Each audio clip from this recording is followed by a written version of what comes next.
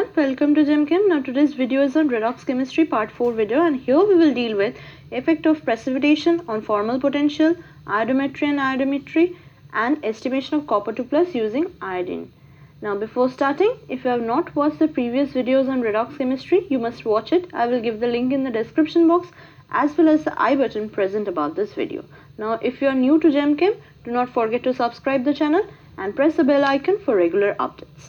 Now let us start. Now in the previous video we have already asked this question, that is K2Cr2O7 has color but not used as self indicator, and I asked you to answer this question. So what is the answer? The answer is very simple, that is K2Cr2O7 produces Cr3 plus, that is chromium 3 plus, which is green in color, and it is difficult to observe the color change from orange to green as both are dark colors, so it is not used as a self indicator, right?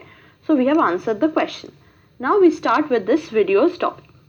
Now in the previous videos, that is part 2 and 3, we have dealt with effect of complexation on formal potential, and here we will deal with effect of precipitation on formal potential and learn an example.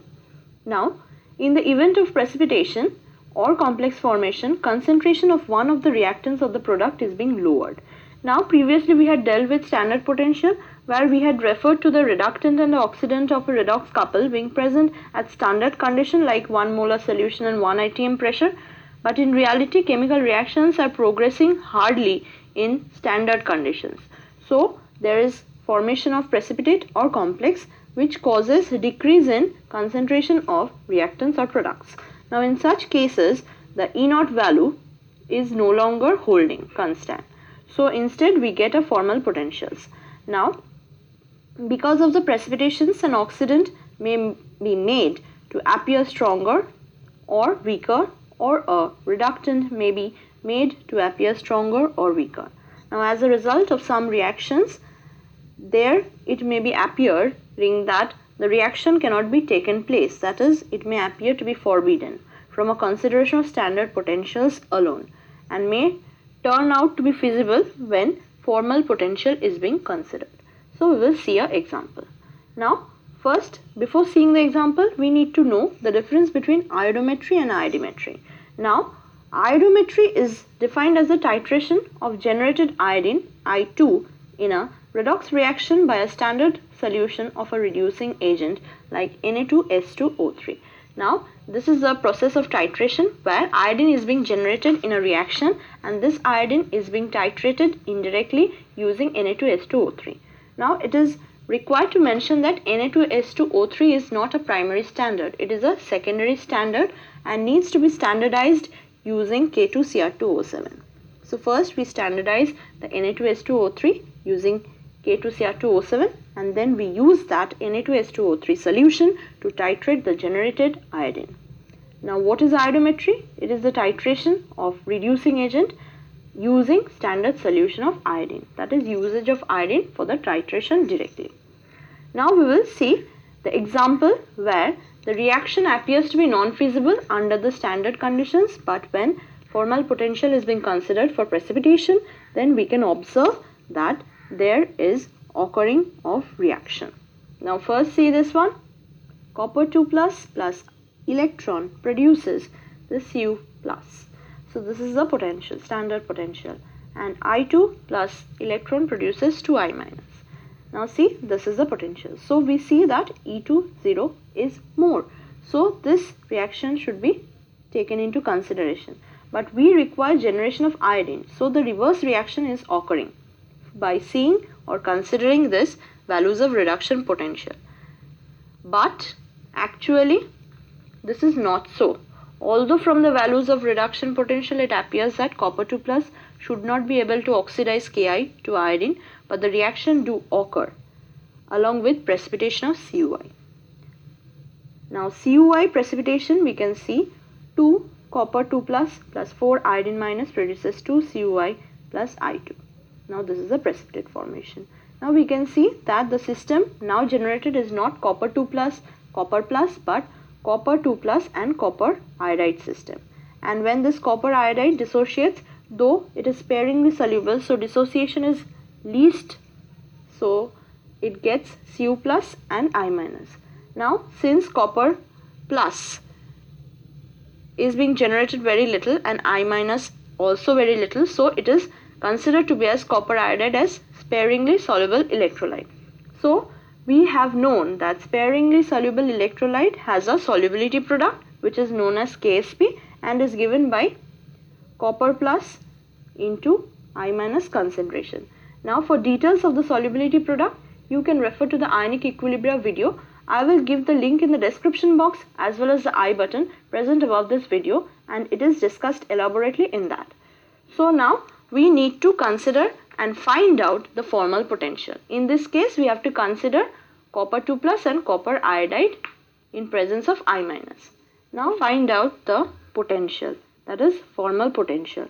So we know that E1 is equals to E10 minus 0.059 by 1 electron transfer log copper plus and copper 2 plus, right?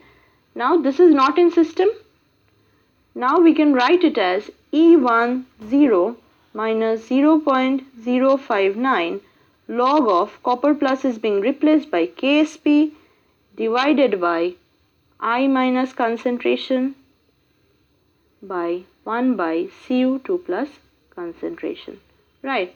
Now for formal potential we can write it as E1 F is equals to E10 minus 0.059 log KSP only, and the KSP has certain value. Now we know E10 equals to 0.15 plus, since KSP comes, log of KSP gives a negative value, so it becomes plus and 0.059 N, the value of KSP. Now value of N is such that the formal potential is always greater than 0.54. So it must be greater than 0.54 volt, which is the potential for I minus I2. And under this condition, copper 2 plus will be able to oxidize Ki to iodine. So what we understand? We understand that formal potential of copper 2 plus and copper plus system in presence of Ki should correspond to the standard potential of copper 2 plus CuI system. Okay, now we will deal with the titration part, that is iodometric titration. Now source of I minus is excess Ki and indicator is taken as starch. Now what we have to do? First we have to take in a conical flask copper 2 plus solution followed by aqueous solution of Ki, then starch as indicator and ammonium thiocyanate. Now why do we take excess Ki and why do we take ammonium thiocyanate will be explained. Now first we have taken this in the conical flask and we will cover the conical flask with a watch glass. Then we will keep the whole setup in a dark place away from light so that complete iodine generation occurs. Okay, so after few minutes, 5 to 6 minutes, we take it out and then do the titration using Na2S2O3. Now what is the color change observed? Color change is from blue violet, that is this one, to a colorless solution.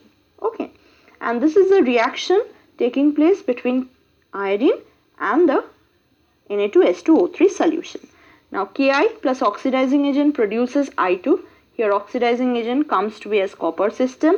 Now iodine plus Na2S2O3 produces 2Ni plus Na2S4O6.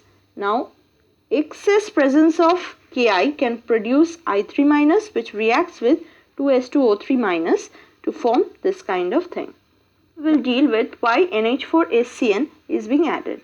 This causes liberation of iodine, which is being absorbed by copper iodide present here.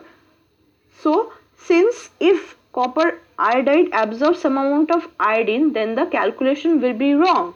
So we need preferential absorption of some other anion to the copper iodide surface in order to liberate the iodine, and here preferential absorption of SCN minus on the precipitate of copper iodide occurs. Now there is a two source of error involved when titration involves iodine.